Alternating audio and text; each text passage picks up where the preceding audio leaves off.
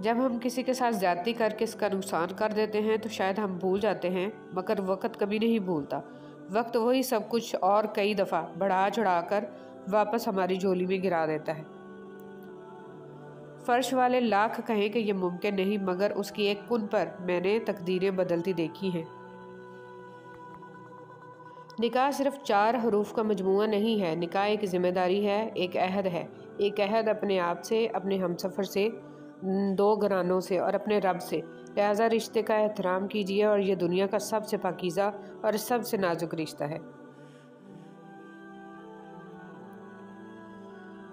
کبھی کبھی زندگی اس جگہ آ پہنچتی ہے کہ آگے کوئی راستہ نہیں اور واپسی کا تصور کوئی نہیں، پھر معجزے ہوتے ہیں دعاؤں سے، اور پھر کن فیکون سے تقدیر بدل جاتی ہے۔ بس صبر اور اللہ پر بھروسہ ضروری ہے۔ اور سجدے میں جا کر اللہ سے بات کی تو پتہ چلا کہ وہ آزمائے گا مجھے دنیا کی ہر محبت دکھا کر، اور پوچھے گا کہ بتا کون ہے تیرا سوائے میرے۔ زندگی اگر آپ کماتے نہیں تو زندگی گزارنا مشکل ہو جاتی ہے، اور جب کمانے لگ جاؤ تو زندگی گزارنے کے لیے ٹائم ہی نہیں ملتا۔ یا اللہ، مجھے نہیں معلوم کہ مجھ سے وابستہ رشتوں اور دوستوں کو کیا کیا مشکلات ہیں، پر تو سب جانتا ہے۔ یا اللہ، ان کے مشکلوں کو آسان فرما، انہیں وہ سب کچھ عطا کر جس کی انہیں ضرورت ہے، اور ان کو زندگی بھر خوشیاں اور کامیابیاں عطا فرما، آمین۔ فاختہ بھی پاگل تھی موسموں کی سازش سے، پھر فریب کھا بیٹھی، توپ کے دھانے میں گھونسلہ بنا بیٹھی۔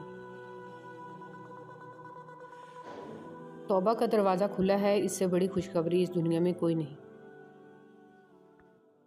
7 گناہگار مرد: بیوی پر ظلم کرنے والا، تکبر کرنے والا، پیسے پر ناز کرنے والا، خاندان سب کو ذلیل کرنے والا، دکھاوا کرنے والا، ماں باپ کا نافرمان۔ دکھاوا زیادہ کرے گا اور حاسد ہوگا۔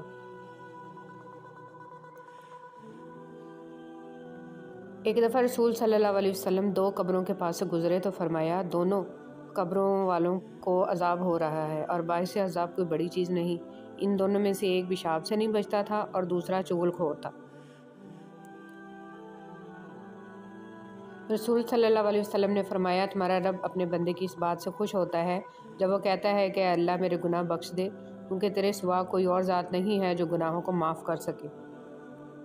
رسول صلی اللہ علیہ وسلم نے فرمایا، ہر دن صبح 2 فرشتے اترتے ہیں، ان میں سے ایک دعا کرتے ہوئے کہتا ہے، اے اللہ خرچ کرنے والے کو بہتر بدل عطا فرما، اور دوسرا التجا کرتا ہے، اے اللہ جو خرچ نہ کرے اس کا مال تلف فرما دے۔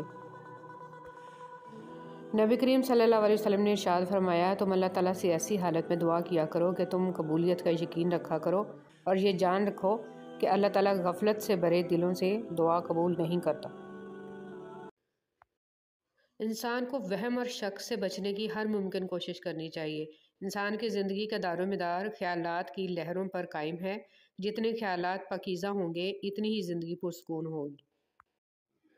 لوگوں سے اسی رفتار سے بات کر کے دیکھیں جس رفتار سے آپ نماز میں سورہ الفاتحہ پڑھتے ہیں۔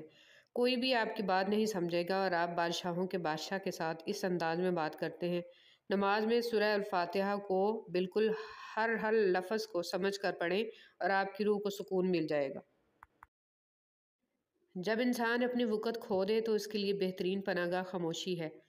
وضاحت کبھی سچا ثابت نہیں کر سکتی، اور ندامت کبھی نعم البدل نہیں ہو سکتی۔ الفاظ کبھی بھی انسان کو اس کا کھویا ہوا مقام واپس نہیں دلا سکتے۔ ہاں، خاموشی مزید تذلیل سے بچا لیتی ہے۔ کچھ لوگ آپ سے صرف تبھی بات کرتے ہیں جب وہ فری ہوتے ہیں، اور کچھ لوگ اپنی مصروف زندگی میں سے کوشش کر کے کچھ فری وقت صرف اس لیے نکالتے ہیں کہ آپ سے بات کر سکیں۔ ان دونوں باتوں کے فرق کو تو سمجھتے ہیں نا آپ، کہ نہیں؟ کسی کا ٹائم پاس بننے سے بچیں۔ اگر دیکھا جائے تو زندگی کے خاتمے کا آغاز اس کے آغاز کے پہلے لمحے سے ہی شروع ہو جاتا ہے، اور ہمیں احساس تک نہیں کہ ہم اپنی ہر سانس کے ساتھ موت کے قریب تر ہوتے جا رہے ہیں۔ نہ چاہتے ہوئے بھی گزر تو جائے گی ہی زندگی، بس اس کے اختتام سے پہلے اسے جینے کا ہنر سیکھ لیں۔ رشتے وہی خوبصورت ہوتے ہیں جن میں احساس کا جذبہ ہو، کیونکہ ہمدردی تو ہر کوئی کر لیتا ہے، مگر احساس کوئی کوئی کرتا ہے، اور یہ احساس لفظوں سے ظاہر نہیں ہوتا، بلکہ انسانوں کے رویے اور برتاؤ سے پتہ چلتا ہے کہ وہ آپ کے ساتھ کتنے مخلص ہیں۔ نعمتوں کے چھن جانے کے 2 ہی سبب ہیں: خوف خدا کو چھوڑ دینا، لوگوں سے بدسلوکی کرنا۔ وقت تجربہ تو دیتا ہے لیکن معصومیت چھین لیتا ہے۔ یہ نہ سوچو کہ اللہ تمہاری دعائیں فوری طور پر قبول کیوں نہیں کرتا، بلکہ یہ شکر کرو کہ اللہ تمہاری گناہوں کی سزا فوری طور پر نہیں دیتا۔